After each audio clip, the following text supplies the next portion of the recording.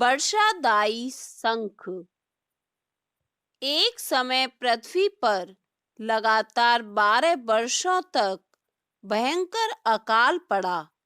अकाल के समय ना कहीं नभ पर बादल दिखाई दिए और ना ही धरा पर कहीं हरियाली।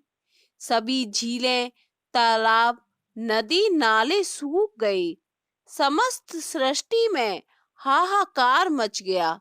प्राणी जल की बूंद बूंद के लिए तरस गए तथा भूख से निष्प्राण होकर तड़पने लगे। इंद्र देवता को प्रसन्न करने के लिए लोग तरह तरह की प्रार्थना अर्चना करते रहे, मगर मेघ थे कि गायब ही हो गए। किसान अपनी सोने जैसी धरती के बंजर हो जाने के भय से हर समय प्रार्थना में लीन रहते। सूर्य अपने प्रकाश को जिसे अग्नि के रूप में धरती पर डाल रहा था, उससे समस्त जीव जंतु अकाल मृत्यु को प्राप्त होने लगे। भयंकर गर्मी में एक किसान ने अचानक अपने खेतों में हल जोतना शुरू कर दिया। संयोगवश से पार्वती भ्रमण करते हुए वहां आ पहुंची।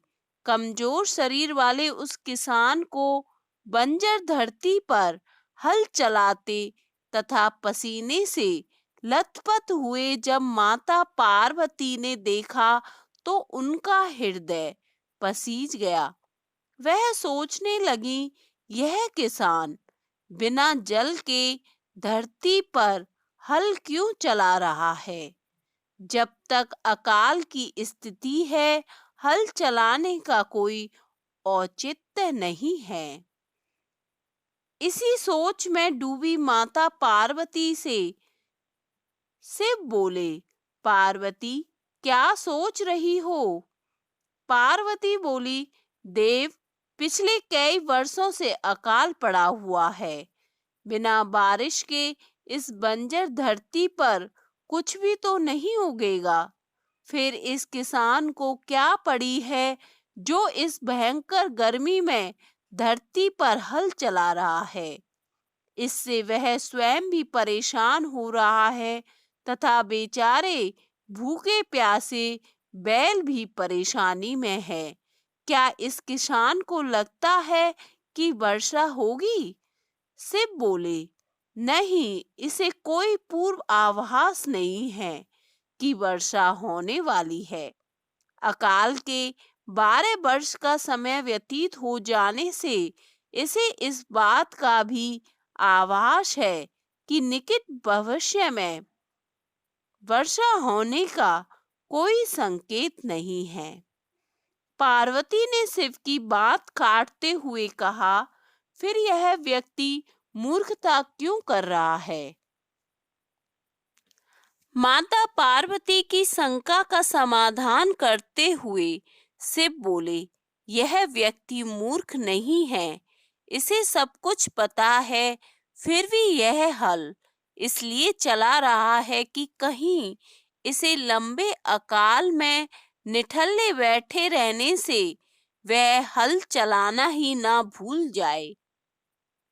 शिव का उत्तर पाकर माता पार्वती उस किसान के कष्टों के निवारण का उपाय ढूंढने लगी।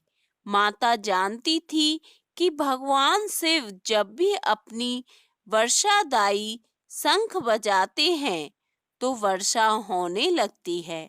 उन्होंने शिव से कहा, प्रभु, किसान यह सोचकर कि कहीं वह हल चलाना ही ना भूल जाए, कितना कष्ट उठाकर हल चला रहा है, लेकिन आपने भी तो इतने वर्षों से अपना वर्षादायी शंख नहीं बजाया है। कहीं ऐसा ना हो कि आप भी शंख बजाना भूल जाएं। नहीं पार्वती, ऐसे कैसे हो सकता है? शिव तपाक से बोले, मैं शंख बजाना भला कैसे भूल सकता हूँ? पार्वती झट से बोली, ऐसा क्यों नहीं हो सकता स्वामी? इतने वर्षों से आपने शंख नहीं बजाया, ऐसे में हो सकता है कि आप शंख बजाना ही भूल गए हों। नहीं पार्वती, मुझे शंख बजाना आता है और अपना शंख बजाना ना तो मैं भूला हूँ और ना ही भूल सकता हूँ। शिव ने पार्वती की शंका निवारण करते हुए शिव ने पार्वती की शंका निवारण के प्रयास में कहा, मगर पार्वती अपनी जगह अडिग थी।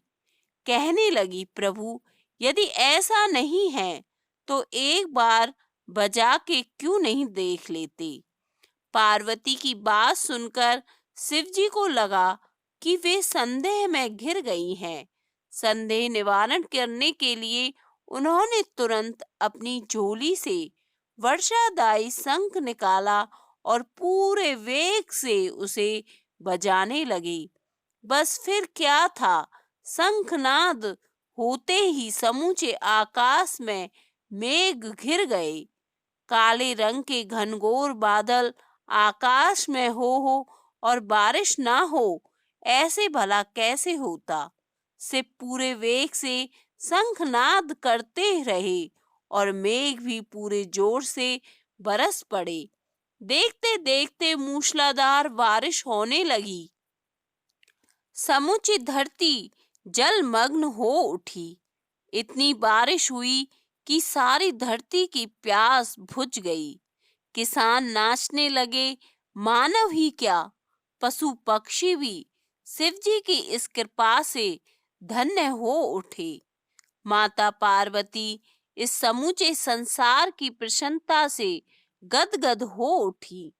माता पार्वती, जो अपनी व्यवहार कुशलता के कारण पृथ्वीवासियों को संकट से यह प्रयास किया, और इसी कारण ही माता पार्वती जगदम्बा कहलाई।